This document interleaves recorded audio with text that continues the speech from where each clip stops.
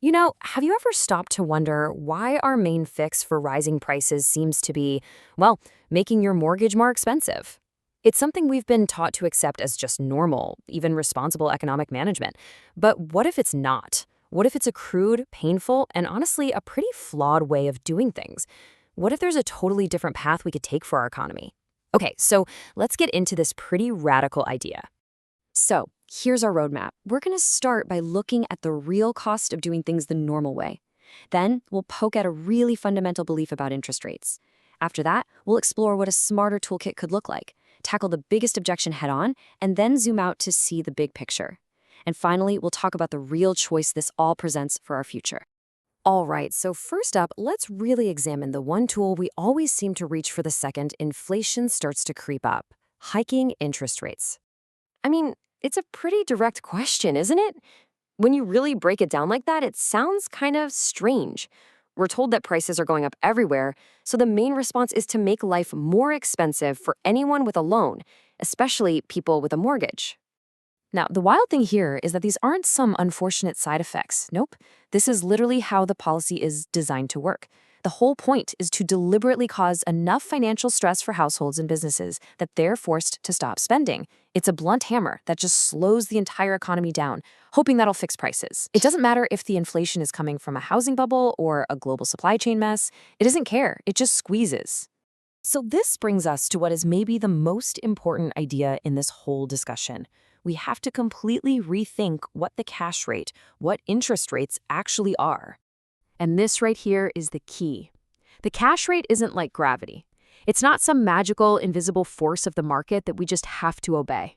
It's a price that is chosen, administered by a small group of people at the central bank. It is a choice, a policy decision. So the second you accept that this is a choice, well, the whole question changes, doesn't it? It stops being about trying to guess what the market wants. It becomes about deciding what the best public policy price for money should be. So if we can choose, what's the right number? The proposal is 0. Yep, 0%. Set the overnight cash rate to 0 and just leave it there. That's the new default. Now, I know what you're thinking. That sounds insane. But this isn't about letting the economy just run wild. It's about creating an entirely new system to manage it properly. So a 0% rate isn't the end of managing the economy. It's actually the start of a whole new way of thinking, one that moves way beyond that one single blunt hammer. Okay, so here's the side-by-side.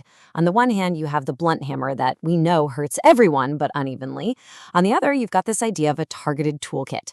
The whole goal is to stop carpet-bombing the economy every time there's a problem and instead use precision tools to fix the actual source of inflation, all while keeping people in jobs and protecting our ability to make stuff. So what's actually in this toolkit? Well, say bank lending is making a property bubble worse. Instead of jacking up everyone's mortgage, you use what are called prudential rules. Basically, you tell the banks to tighten their lending standards just for that sector to cool things down.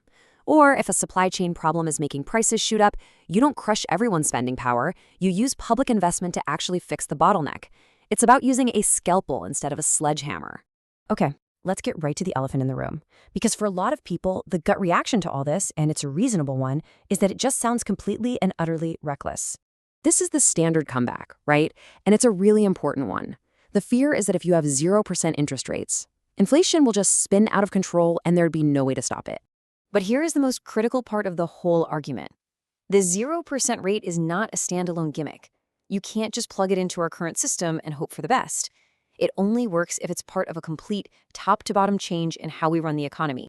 Yeah, so the point isn't to do less management of the economy. The whole point is to do it better, to do it in a smarter, more direct way. Things like financial stability and inflation would still be huge priorities, but the job of managing them would shift from that one clumsy interest rate lever to a whole dashboard of more effective and, frankly, more accountable tools.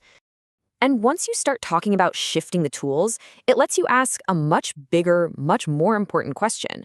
What's the whole point of our economy anyway? You can see the new architecture here. The 0% cash rate is the foundation. It's not just floating there. Then, on top of that, you use those targeted tools we just talked about to deal with specific problems.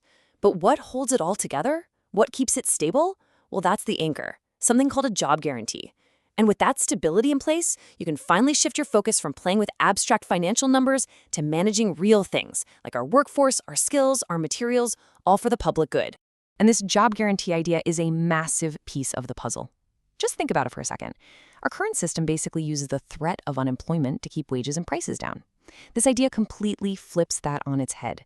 It uses a guarantee of employment, a public job for anyone who wants one, to build a stable floor under everyone's income. It totally changes the logic, replacing an economy built on insecurity with one built on a foundation of stability. So when you boil it all down, what we're really talking about here is a fundamental choice. A choice between two very, very different ways of running our economy. On one side, you have the model we use now. Its main tool is interest rates, and its logic relies on putting households through periodic pain. The main goal? An abstract idea of price stability. On the other side, you have this public purpose model. It uses a whole toolkit, its logic is based on democratic choices and managing real resources, and its goals are concrete things we all want: full employment, useful investment, and a stable financial system.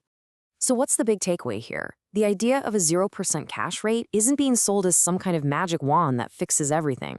Instead, it's being proposed as the crucial first step, the foundation stone you need to lay before you can build a better, more stable, and more equitable economy. It's the starting point for moving away from a blunt and painful model to one that's actually built for the public good. It's a huge idea to chew on.